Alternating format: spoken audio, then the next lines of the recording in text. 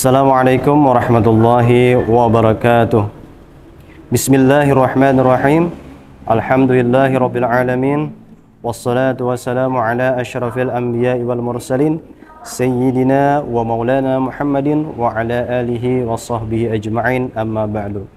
Pada teman-teman, marilah kita panjatkan puji dan rasa syukur kita kepada Allah Subhanahu wa taala, karena mana kita diberikannya kesempatan, diberikannya umur, diberikannya kesehatan, sehingga kita pada kesempatan hari ini, pada bulan Ramadan tahun ini, bisa bertemu kembali.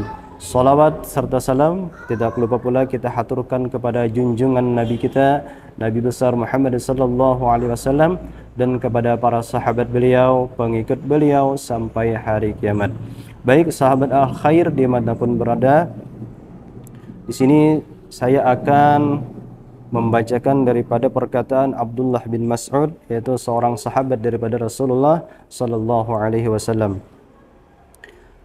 Arba'atun min zulmatil qalbi, batnun syaibanu min ghayri mubalah, wa suhbatu zalimin, wa nisyanu dzunubil madiyah, wa tulil amal, wa arbatun min nuril qalbi, batnun ja'iun min hadarin, wa suhbatus salihin, wa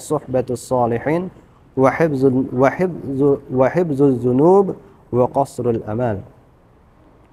Ada 4 macam yang bisa menggelapkan atau mengeraskan hati.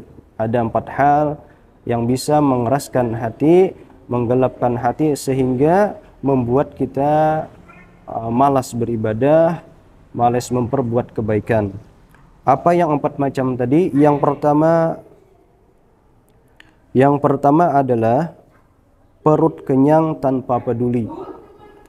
Artinya meskipun kita sudah merasa kenyang, tetapi karena merasa masih kurang atau masih ingin, maka terus ditambah makan, padahal perut kita sudah kenyang. Itu merupakan bisa menyebabkan hati kita menjadi keras atau gelap. Kemudian yang kedua adalah bersahabat dengan orang yang zalim, yaitu berteman, berkawan dengan orang yang zalim, dengan orang yang fasik atau orang yang melanggar dengan syariat-syariat Allah Subhanahu wa taala. Nah, itu juga bisa menyebabkan hati seseorang, hati kita menjadi gelap. Kemudian lagi yang ketiga, melupakan dosa yang telah lalu. Nah, jadi dosa kita yang telah lalu, karena kita orang yang manusia biasa, tidak luput daripada mengerjakan dosa. Oleh sebab itu, hendaklah jangan lupa dosa-dosa yang telah kita kerjakan. Oleh sebab itu, hendaklah kita bertaubat kepada Allah Subhanahu wa taala. Kalau kita lupa dengan dosa kita, maka itu bisa menyebabkan hati kita menjadi keras, hati kita menjadi gelap. Bagaimana cara meneranginya? Yaitu dengan cara bertaubat kepada Allah Subhanahu wa taala, dengan cara beristighfar kepada Allah Subhanahu wa taala. Kemudian lagi yang keempat yang bisa menyebabkan hati kita keras adalah panjang angan-angan. Itu panjang angan-angan di sini yaitu sering atau ketujuh berkhayal yang di luar daripada kemampuan.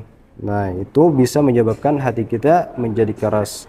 Kemudian lagi ada 4 hal, 4 macam yang bisa menerangi atau menerangkan hati kita, agar hati kita ini rajin beribadah, agar hati kita, anggota kita ini rajin untuk berbuat ibadah, berbuat taat kepada Allah Subhanahu wa taala.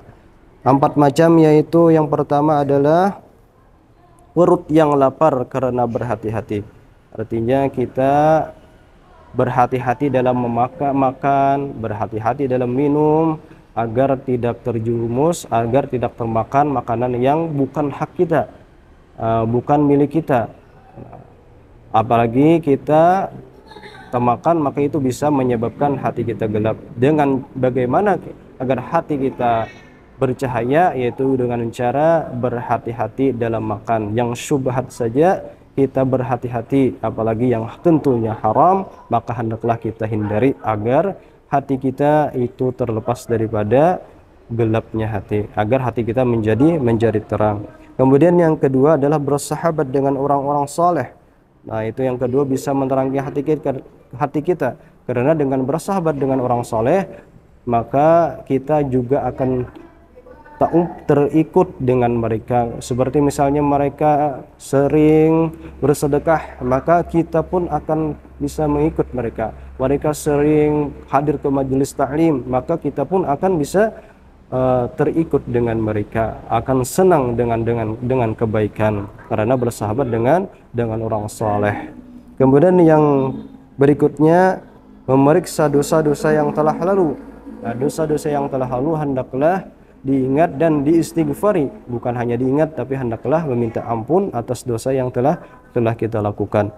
Kemudian yang terakhir yang bisa menerangi hati kita adalah pendek angan-angan, artinya tidak menghiraukan terhadap dunia. Artinya dunia itu kita nikmati saja, kita jalani saja, tidak ingin berangan-angan yang melebihi daripada kemampuan kita. Nah, itu adalah 4 macam yang bisa menerangi hati kita. Yang pertama adalah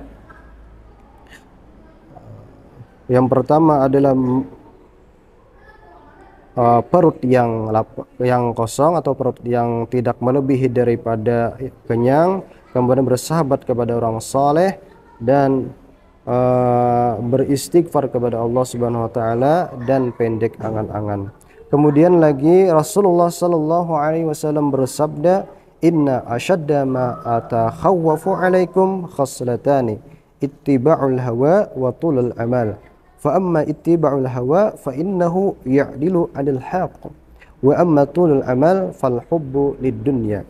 Rasulullah sallallahu alaihi wasallam bersabda, ada 2 hal yang teramat aku takuti menimpa kalian. Ada 2 hal, kata Rasulullah, yang aku takuti yang bisa menimpa kalian. Yang pertama yaitu mengikuti hawa nafsu dan panjang angan-angan. Jadi hawa nafsu ini sangat berbahaya karena bisa melakukan hal-hal di luar daripada kemampuan kita, bisa melakukan hal-hal yang melanggar daripada syariat agama Islam. Kemudian lagi yang kedua, apa yang aku takuti ya Rasulullah, yaitu tentang mengikuti hawa nafsu. Karena apa? Karena hawa nafsu dapat membelokkan dari yang hak, sedang panjang angan-angan, maka itulah cinta dunia. Jadi cinta dunia itu bisa membelokkan daripada yang hak, maka hindarilah kecintaan kita terhadap dunia, karena bisa menghalalkan segala cara untuk bisa memperolehnya. Oleh sebab itu hendaklah kita menghindari daripada cinta dunia. Yang hendaklah kita cintai adalah cinta akhirat, agar kita mempersiapkan diri untuk bekal di akhirat. Baik sahabat al-khair dimanapun berada, sahabat al-khair rahimakumullah, di sini dapat saya simpulkan yang pertama yaitu hendaklah kita menghindari daripada cinta terhadap dunia, karena itu bisa menggelapkan hati, dan hendaklah kita cinta terhadap akhirat sehingga kita mempersiapkan bekal untuk akhirat. Demikian sahabat al-khair yang dapat saya sampaikan pada pertemuan hari ini, semoga bermanfaat dan bisa mengamalkan. Billahi wa billahi taufik wal hidayah. Assalamualaikum warahmatullahi wabarakatuh. Ikuti dan saksikan bersama Kulma Kuliah Ramadan setiap hari selama bulan Ramadan di channel YouTube Al Khair 92,7 FM.